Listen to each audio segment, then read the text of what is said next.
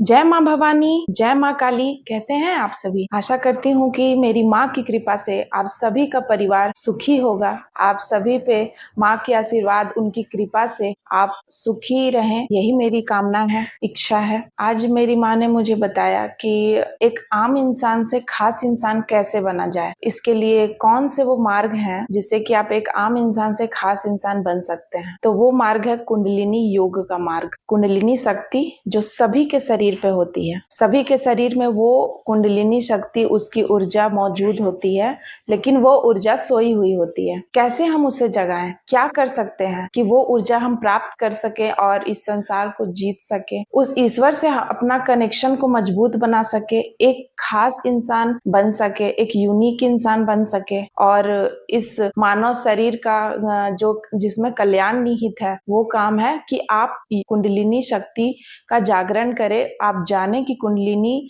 शक्ति क्या है जो आपके शरीर में ही मौजूद है, लेकिन आप उसका उपयोग नहीं जानते हैं।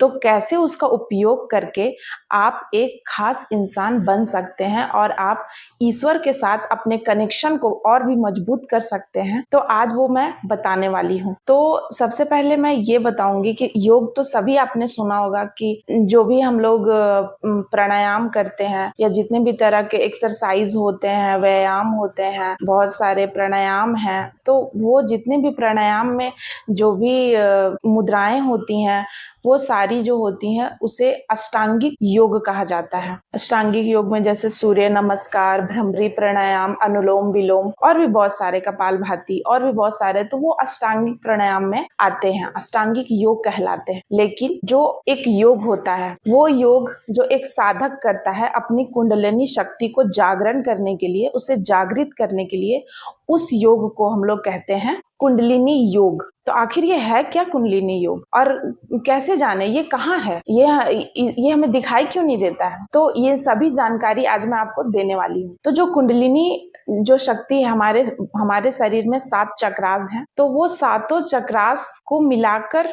उस सारे चक्रास को जब आप ओपन कर लेते हैं, तो कहा जाता है कि किसी भी साधक को या किसी भी इंसान को सिद्धि प्राप्त हो गई, या उसे थर्ड आई खुल गई, या वो बहुत बड़ा कोई ज्ञानी बन गया, या उसे ज्ञान की प्राप्ति हो गई। तो इसीलिए कहा जाता है ज्ञान की प्राप्ति होना, यानी कि आपके जितने भी बॉडी के जो चक्रास हैं वो ओपन हो जाते हैं, वो पूरे तरीके से जागृत हो जाते हैं और वो काम करने लगते हैं। इस ब्रह्मांड से आपके बॉडी में जो भी ऊर्जाएं हैं वो इस ब्रह्मांड से कनेक्ट हो जाती हैं। ये जो सारे ब्रह्मांड हैं, ब्रह्मांड की जितनी भी ऊर्जा है वो आपके शरीर में ही निहित है और आप उस ब्रह्मांड से कनेक्ट हैं, बट आप लोग इसको पहचानते नहीं है, जानते नहीं है। तो कैसे जाने, वो मैं आज आपको बताऊंगी। जो आपकी कुंडलिनी शक्ति है वो सोई हुई है, ऐसा हम कहते हैं। और बहुत सारे जो साधक होते हैं या भगत होते हैं या बहुत सारे पंडित होते हैं, ऐसे कोई महान साधु संत होते हैं जो कि कहते हैं कि जिनके पास आप जाते हैं, जिनके पास किसी तरह की शक्ति होती है, तो आप उनके पास जाते हैं तो वो आपका बहुत बार भविष्य बताते हैं, या फिर आपकी जो भूत में कोई घटित घटना होती है तो वो क्यों हुई होती है वो बताते हैं। तो वो सब कैसे बता पाते हैं? तो वो सब जो ऊर्जा है, वो कौन सी ऊर्जा है? वो है कुंडलिनी ऊर्जा, जिससे कि आपको वो बता पाते हैं। अब है कि ये जो योग है कुंडलिनी योग, ये आपको भगवान देते हैं। तो भगवान कैसे देते हैं? जब आप ईश्वर से जुड़ते हैं, उनका नाम जप करते हैं, ईश्वर से प्रेम करना सीख जाते हैं, तो वो प्रेम योगी कहलाता है। और जब आप अच्छा आचरण रखते हैं, ईश्वर के प्रति दिन भर उनका नाम भजते हैं, ईश्वर के प्रति अपने आप को समर्पित कर देते हैं, और तब आपको ईश्वर चुन लेते हैं उस योग के लिए, और उस कुंडलिनी योग को जगाने में आपकी मदद करते हैं। अब है कि कुंडलिनी योग को कैसे जगाया जाए, क्या करते हैं, कैसे करें? तीन तरीका है जिससे कि आप कुंडलिनी शक्ति को जागृत कर सकते हैं। पहला है ध्यान के माध्यम से, दूसरा है देवता के माध्यम से, तीसरा है मंत्र के माध्यम से। तो मैंने जैसे कि कहा कि लेकिन देवता के माध्यम से जो शक्ति को जागरण करने की जो प्रक्रिया होती है वो सबसे सरल होती है।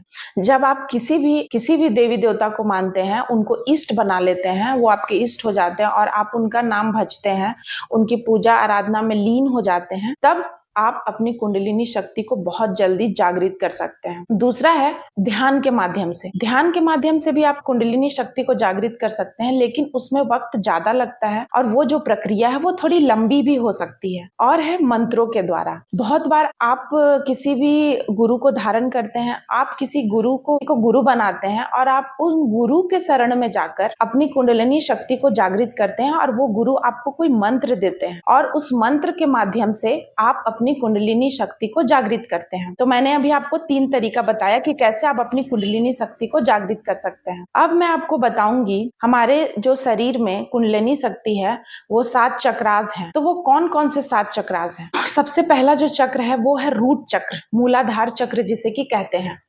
दूसरा चक्र है स्वादिष्ठान चक्र, तीसरा चक्र है मणिपुर, चौथा चक्र है आप अनाहत, पांचवा है विशुद्धि चक्रा, छठा है आज्ञा चक्र और सातवां है सहस्त्रा चक्र। तो मैंने आपको भी 7 चक्रों के नाम बताएं जो कि आपके बॉडी में है, सबके बॉडी में रहते हैं। ये कोई भी जात धर्म किसी भी, वो सभी के इंसान में ये कुंडलिनी चक्र होती हैं, सोई हुई अवस्था में होती हैं। और अगर आप ब्रह्मांड के साथ कनेक्शन करेंगे, अपने आप को कनेक्ट करेंगे, तो फिर ये ब्रह्मांड के साथ आपको कनेक्ट कर देती है। ये कुंडलिनी शक्ति आपको ऐसी दैवीय ऊर्जा देती है, ऐसी विशेष प्रकार की आपको ऊर्जा देती है जिससे कि आप एक आम से खास बन जाते हैं। जितने भी महापुरुष हुए हैं, आप सुने होंगे, बहुत सारे ऐसे महान व्यक्तित्व हैं हमारे समाज में, हमारे देश में। वे सभी के कुंडलिनी शक्ति जागृत थी, तभी वो महान बन पाए और वे एक विशेष इंसान बन पाए, उनका व्यक्तित्व में निखार आया। तो वो है उनकी कुंडलिनी शक्ति।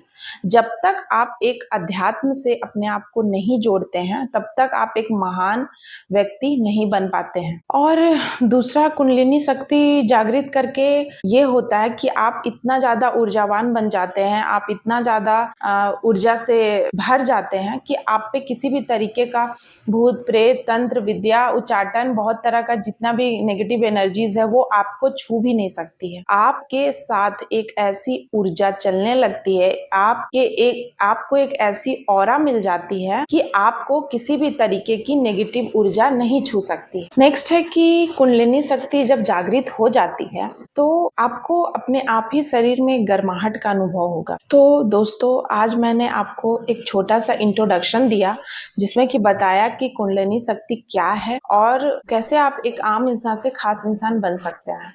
आशा करती हूँ कि ये जानकारी आपको अच्छी लगी होगी और आप अगर चैनल पर नए हैं तो प्लीज चैनल को सब्सक्राइब कीजिए और बेल आइकन को दबाइए, लाइक कीजिए। और अगर आप कुछ पूछना चाहते हैं तो हमारा कॉन्टैक्ट नंबर भी दिया हुआ रहता है, तो आप उस नंबर पे आप पूछ सकते हैं। धन्यवाद।